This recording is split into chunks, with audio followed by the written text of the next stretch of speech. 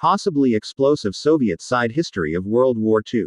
The central tenet of Hellbeck's narrative here is rather simplistic. Yes, Hitler hated Jews. But he really hated communist Jews, and believed that the Soviets were just dumb rubes being controlled by said communist Jews. This, according to Hellbeck, explains everything from the infamous and disastrous, for both Germany and the Soviet Union, Operation Barbarossa to why, where, and when the most infamous of the death camps, all located in former Soviet-controlled territory after Barbarossa pushed so far into Russia, all came to be, and much more. Admittedly, as an American and an American who happens to be a grandson of two different men who both fought in the Ardennes Offensive, Battle of the Bulge, I've been fascinated by World War II all my life. I grew up hearing that one grandfather had been there. I found out at his death that he actually had earned the most medals of anyone in his small exurban, at the time, Atlanta town. The other died weeks after my birth, and I learned decades later, when I finally got his service records, that his division had been the first on the American side to liberate a concentration camp. Thus, World War II is as much a part of me and my blood as it is for Hellbeck, simply on opposite sides of the fight against Germany.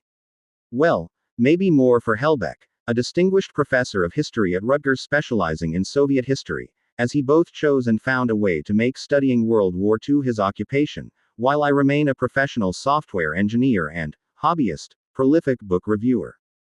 Beyond his central premise above, Hellbeck does as good a job as any, and better than many, of presenting both his case and his evidence. Clocking in at roughly 26% bibliography, as measured from where the acknowledgement section begins, at least in my advance review copy, this is both a fairly hefty tome at over 550 pages and a well-researched one, with over 150 of those pages being source documentation. By shifting the focus from Jews generally to specifically Soviet Jews, this narrative could become explosive, potentially even nuclear-level explosive. And yet, even while focusing on Soviet Jews and Soviet citizenry more generally, Hellbeck actually presents a more balanced approach to the history than those who focus exclusively on Jews generally, and erase the extra hatred Hitler directed at Soviet Jews specifically, or those who focus on Soviets generally, and whitewash the Jewish nature of Hitler's specific targets, as Hellbeck brings the case that the Soviet Union did throughout their existence.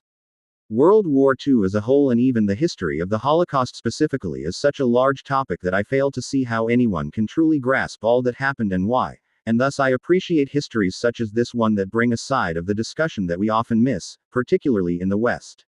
While others with more specific knowledge about specific events may have more harsh criticism of particular points or perhaps even the entire narrative here, it fits in enough with my own existing knowledge that the text here provides a lot of information I didn't previously know, yet seems plausible given what I did know prior to encountering this book.